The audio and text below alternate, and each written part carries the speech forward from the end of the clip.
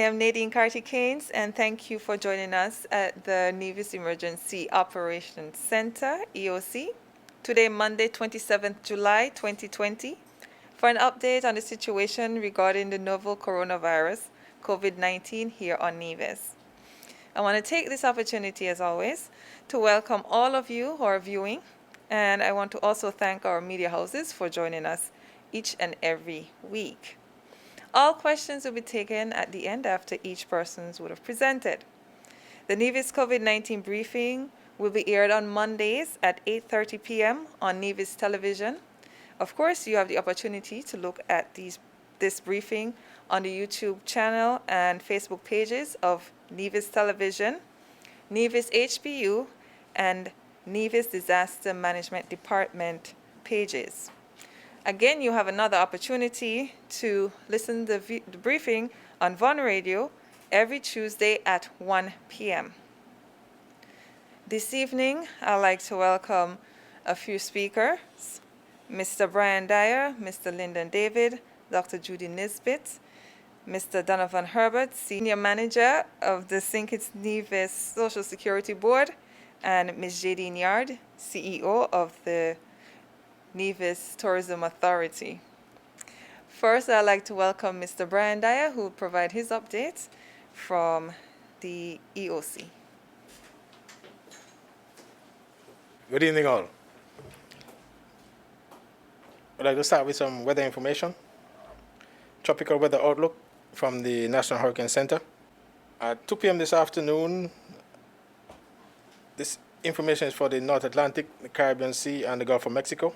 Shower activity associated with a broad area of low pressure located 1,000 miles east of the Windward Islands has changed little in organization since this morning. Environmental conditions are expected to become somewhat more favorable for development during the next few days. And a tropical depression or tropical storm is likely to form during this time frame. The system is forecast to move westwards or west-northwestwards at 15 to 20 miles per hour, and it could bring heavy rainfall to portions of the Leewards by late Wednesday, regardless of development. Interest in the Lesser Antilles should continue to monitor the progress of this system. Formation chance through 48 hours high at 70%, and formation chance to 5 days high at 80%. Forecaster Zelinsky. And the Antigua Met Services has also issued a tropical cyclone alert statement for the Leeward Islands and British Virgin Islands. This tropical statement says a tropical storm alert is in effect for the Leeward Islands and the British Virgin Islands. A tropical storm alert means, in this case, a tropical storm is expected to form in a monitored area, but a watch or warning is not required as yet. It is a bit difficult to determine the impacts at this time, notwithstanding AL92 is forecast to be in our vicinity in less than 60 hours, at least for a tropical storm. Therefore, it poses moderate threat with the potential to cause significant impacts from storm force winds, elevated storm surge, extreme seas, moderate flooding, and possibly a few tornadoes resulting from life-threatening conditions, disruptions to daily life, and some damage to infrastructure to be safe. Be prepared to implement your hurricane disaster plans at a moment's notice. The maximum sustained winds, regardless of any further development, currently is at 30 miles per hour. Recall that this system is not yet a tropical cyclone, but has a 90% chance of becoming one and is likely to become a tropical storm, unnamed Isaias. On its present track, AL92 could be near or over the Leeward Islands on Wednesday or Thursday, potentially as a strong tropical storm. However, it is still a bit too early to say for high certainty or eventual part of the system. The wind intensity on arrival and possible rainfall totals, the system that develops from AL92 could pass a safe distance away from the islands and spare them any serious impact. However, residents are urged to monitor the tropical disturbance and be prepared to implement their hurricane plans, as this system poses a moderate and growing threat to the potential and has the potential to cause significant damage and loss to life, property, and livelihood. Again, I'd just like to reiterate that we are in the hurricane season, and it is important that we get our houses in order with regards to preparedness and for our disaster plans. It should be in place. Moving on from the COVID-19 Task Force Compliance Unit, they have inspected a total of 839 establishments. Bakeries and delis 7, banks and financial institutions 13, buses, taxis and ferry 59, game rooms 9, gas stations 9, government buildings and departments 104, laundromats 3, market vendors 4, mechanic shop 17, offices 82, pharmacies 2, restaurants 27, salon and barber shops 24, shops 28, snackers and bars 60, stores 60, street vendors 11, supermarkets 7, funeral homes 2, gyms 3, car wash 3, wholesale 2, radio station and communications 2, hotel and guest houses 7, manufacturing 10, church visits 114, and revisits and observations 165, others 5, grand total 839. The new regulations number 32 of 2000 has been published, and the superintendent of police would expound on that regulations momentarily. Thank you very much.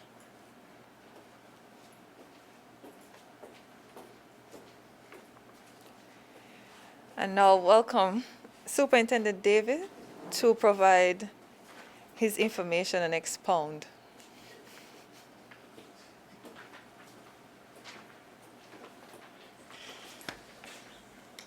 Good evening to all. Thank you, Nadine, for that introduction. And before I go into my presentation, I just give you a few statistical information based on our operations thus far.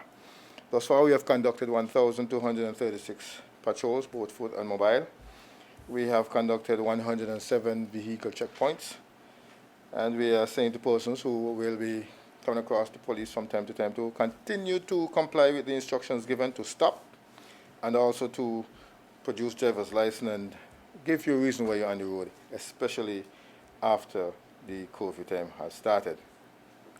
Thus far, we have arrested 47 persons, and we have 10 persons who were charged. 19 crimes were reported during the period, and 14 arrests were made.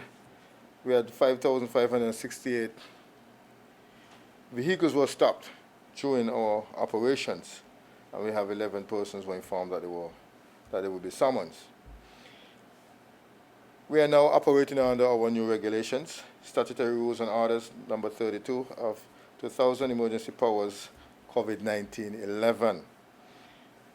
The previous regulation, I must say this regulation came into operation 5 a.m. Saturday, 25th July 2020, and shall expire at 4:59 a.m. on Saturday, the 1st of August.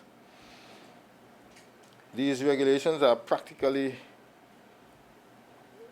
unchanged from the previous one, which was Statutory Rules Orders number 25 of 2020, Emergency Powers COVID-19 10.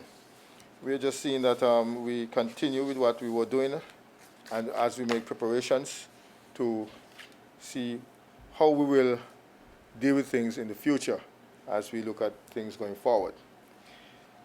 Curfew remains unchanged. As I will remind you, it starts at midnight. Persons should be off the road at midnight, and anytime after 5 a.m. you can be on the road again. We observe that many persons visiting the beaches are complying with the protocols. As we say, no picnics, no beach parties, and we look at other gatherings that will deal with large numbers of persons. We see, for most part, large numbers of persons are complying. Just reminding all you sports personalities that only practice and exercise should be taking place. So therefore, Whenever you are doing these things, we expect you to carry out social and physical distancing and wearing your mask where possible. Just to remind our businesses to continue to comply with the COVID task force and ensure that you are compliant and that you will continue to operate. Persons who are planning activities that require large gatherings of persons, we're saying to you these large gatherings are not permitted. I have observed that there are a number of persons who are advertising certain activities. We're saying to you that we will not permit these things to take place. There are some persons, though, we will look at these things as we go along, but we're looking at persons who want to jam and all sort of dancing. So we're saying to you, do not look at these things. Bands and hi-fis and DJs, we are saying to you that we know that these type of music encourages large gatherings. And once it is not controlled, we know what can happen. So we are saying to you that we will have some restrictions on those. We're reminding all to continue to wear your face mask in public places to ensure that we continue to keep at bay the spread of COVID-19 in our country. Thus far, we realize that a large number of persons are complying with the wearing of face masks in public spaces, and we are encouraging you to continue to do so. Once again, we cannot afford to relax and be complacent because we are seeing a lot of things taking place. We're not seeing any new infection locally, but we are seeing persons who come in, they have to be quarantined. And thus far, God has blessed us with our work so far. As we can see what is happening around the world, let us be mindful of that and do not want those to take place in our federation. So in closing, I want to thank God for his continued mercies and blessing on the Federation of St. Kitts and Nevis, where we give us the wisdom and knowledge to keep things under control, keep it tight. Thank the governments, both federal and local, for their support, financial and otherwise, the staff at the Nevis Division of the Royal St. Christopher Nevis Police Force for their hard work and dedication, the medical staff, disaster staff, and all other essential workers who are out there doing their bit to make sure that our division remains safe. And to you, all our good citizens who are trying your best to ensure that you comply, we are saying to you, continue to give of your support and help us to prevent the spread of COVID-19 in our federation and right here in the island of Nevis. And for those persons who are violating, we are saying to you, look at what we are trying to do and be a part of this good work where we do not want to have COVID-19 spread throughout our federation and we have deaths coming from it. God has been merciful to us, and let us keep it that way. Thank you very much, and do enjoy the rest of the evening.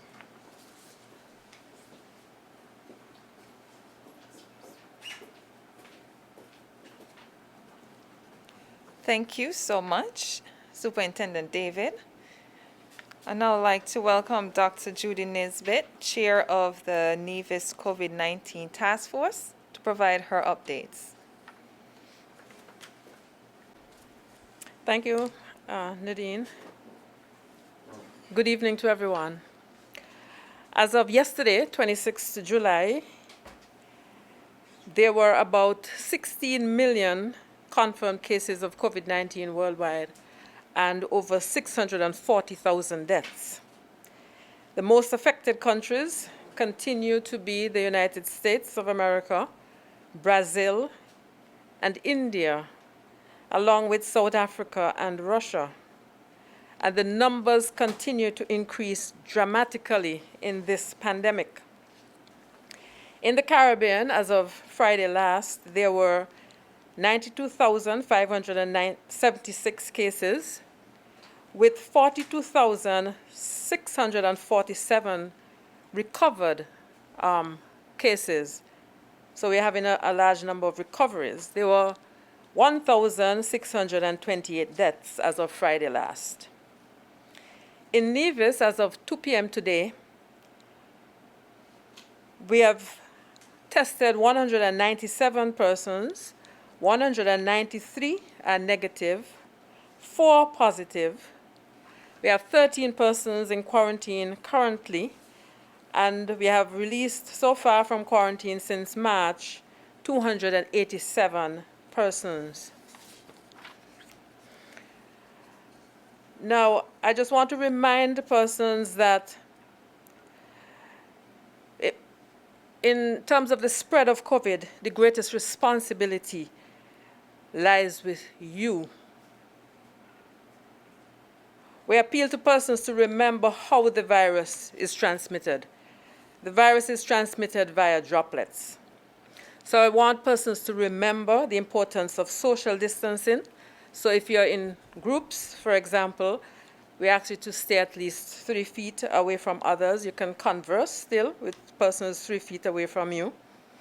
Wear your mask and only take it off if you're eating or drinking. And as soon as you're finished with those activities, eating and drinking, please put your mask back on. Please don't pull down your mask to talk to persons. I have seen persons doing that. They're talking. They have their mask on comfortably all the time, and when they are ready to talk, they pull their mask down. No. The idea of the mask is to stop droplets. So it's defeating the purpose if you pull the mask down when you're speaking to persons. So remember, as we go forward, to wash your hands frequently, clean surfaces frequently, and please, we appeal to you to stay safe now and always. Now, to change the topic a bit, I want to speak a bit about World Hepatitis Day. Tomorrow, July 28th, will be observed as World Hepatitis Day. Though we are at present caught up with the COVID-19 pandemic, I urge you, as I always do, not to forget other health threats. We are urged by the World Health Organization on this World Hepatitis Day to fast-track the elimination of mother-to-child transmission of hepatitis B among mothers and children. Hepatitis B infection is a viral disease that affects the liver and can cause liver damage and liver cancer. Hepatitis B is preventable by vaccination, and this vaccine has been part of our immunization schedule here in the Federation since 1997. It is a safe and effective vaccine that prevents hepatitis B. It is now given at birth. Our birth dose we started in 2015, and is also given at age 2 months, 4 months, and 6 months to our infants.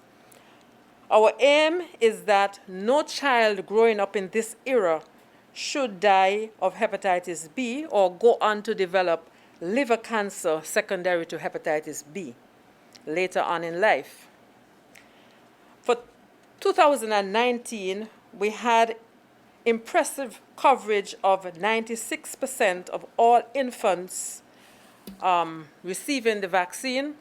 And so far, there has been no disruptions in reaching our targets because of COVID-19. So we are doing well so far, even though we are having COVID-19. Our aim is not to disrupt our services, especially our immunization services to our children or vulnerable group.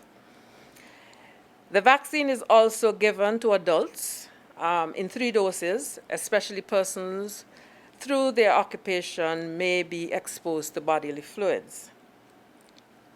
In our efforts to eliminate hepatitis B in future generations, we test pregnant women also for hepatitis B.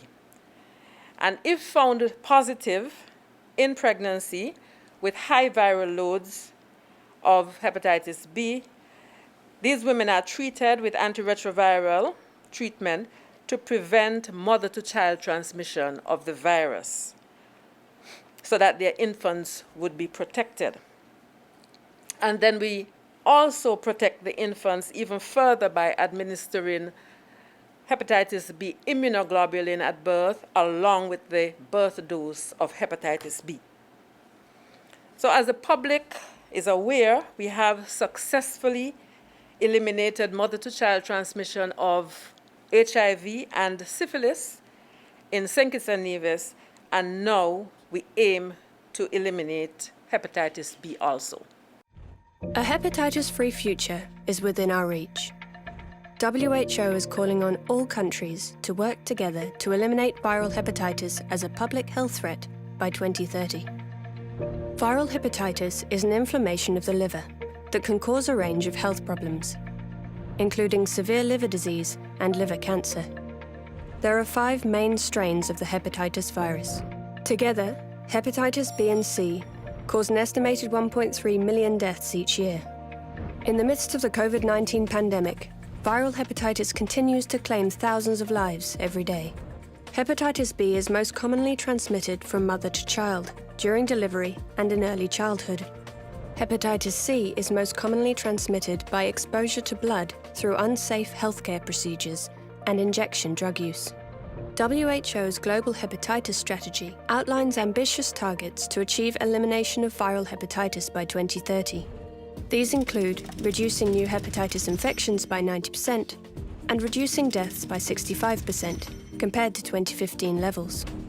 Although progress has been made globally, access to prevention, diagnosis, treatment and care services for hepatitis B and C remain too low in most countries. An estimated 80% of people living with hepatitis are unable to access the services they need.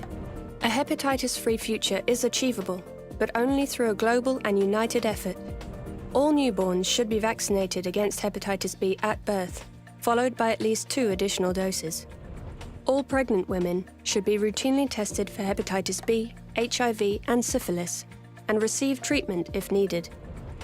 Everyone should have access to hepatitis prevention, testing and treatment services, including people who inject drugs, people in prisons, migrants, and other highly affected populations. Timely testing and treatment of viral hepatitis can prevent liver cancer and other severe liver disease. Prevention and care services for hepatitis, such as infant immunization, harm reduction services, and continuous treatment of chronic hepatitis B are essential even during the pandemic. Now is the time to scale up access to prevention, testing, and treatment services for viral hepatitis for all in need to achieve a hepatitis-free future.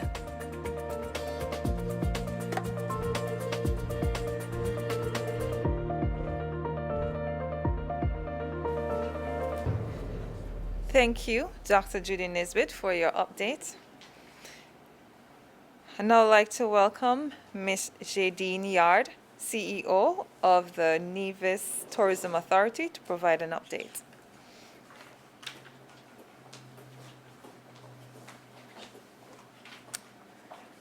Thank you and good evening. The Ministry of Tourism and the Ministry of Health and the Nevis Tourism Authority have partnered to provide sensitization training sessions for persons in the tourism sector. These trainings are modeled to fit the travel-approved program created by St. Kitts Tourism Authority, which ensures all businesses in the tourism sector are prepared for when our borders are reopened. This program will consist of the sensitization sessions as well as further health trainings, protocols, inspections, and continuous follow-ups. Businesses whose staff complete these trainings will be featured on the Nevis Naturally website as businesses that have been travel approved. This will ensure future guests are comforted that we have taken all necessary measures to ensure not only their safety, but also the safety of our citizens and residents.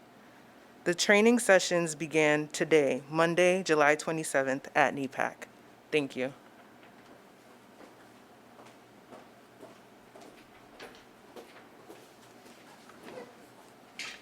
Thank you so much, Ms. Yard. And now we'll have our final presenter, Mr. Donovan Herbert, Senior Manager at the St. Kitts and Nevis Social Security Board. In March of this year, the St. Christopher and Nevis Social Security Board made a decision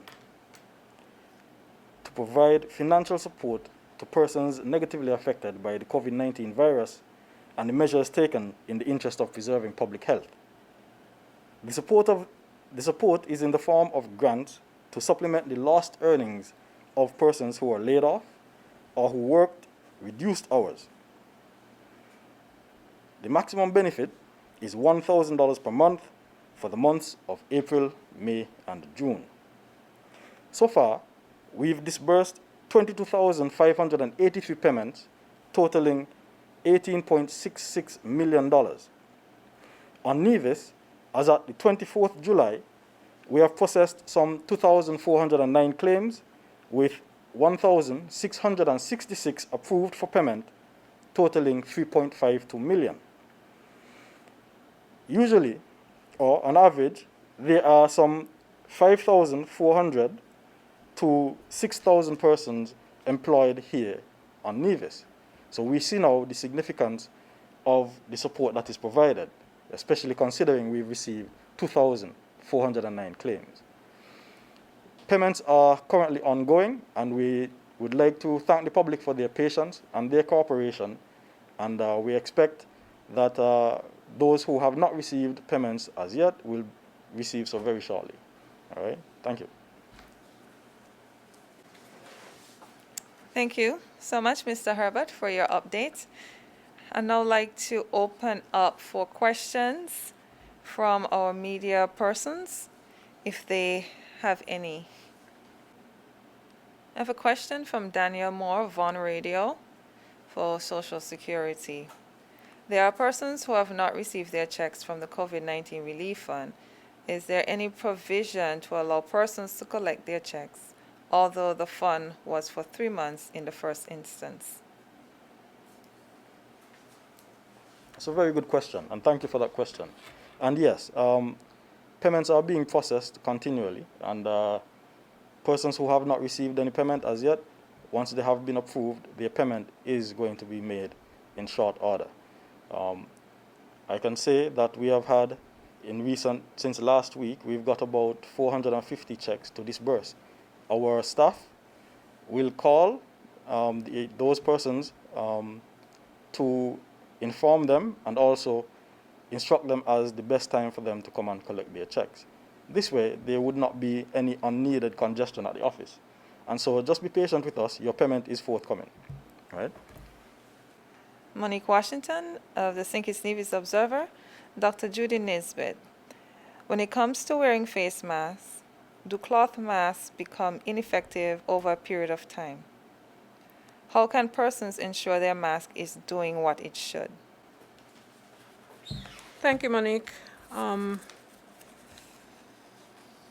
Do they become ineffective over a period of time? They become ineffective if, for instance, they become worn from washing, or if they develop holes, for example, then they are no longer effective. Cloth masks are okay for persons who are not frontline workers, for example.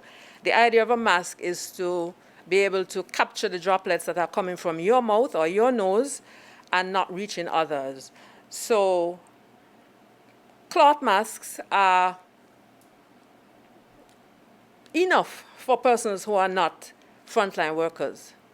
Additionally, Monique, to ensure that cloth masks are doing what they should be doing, of course, they should be covering your nose, covering your chin, covering your mouth, and at the sides, there shouldn't be too much of a space so that droplets can escape, for example, out of the sides or above the mask. So they should be fitting snugly, for example. All right, so that in that way we know that they're doing what they should be doing. So they should be not too tight, but fitting snugly on the face.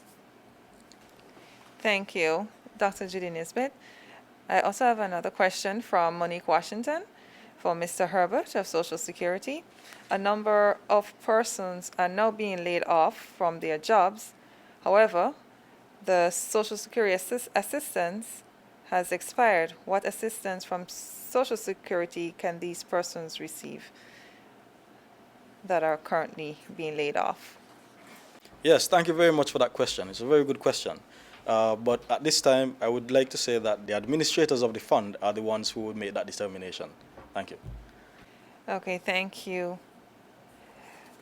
Vaughan Radio, thank you, St. Kitts Nevis Observer, for your questions this evening.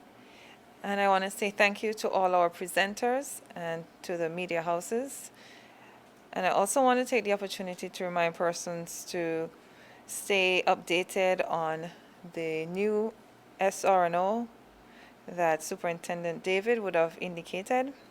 And also to remind persons that they are responsible for protecting themselves and others by washing their hands often with soap and water, covering their cough and sneeze, and to avoid touching your eyes, nose, and mouth with unclean hands, and to disinfect touch surfaces often.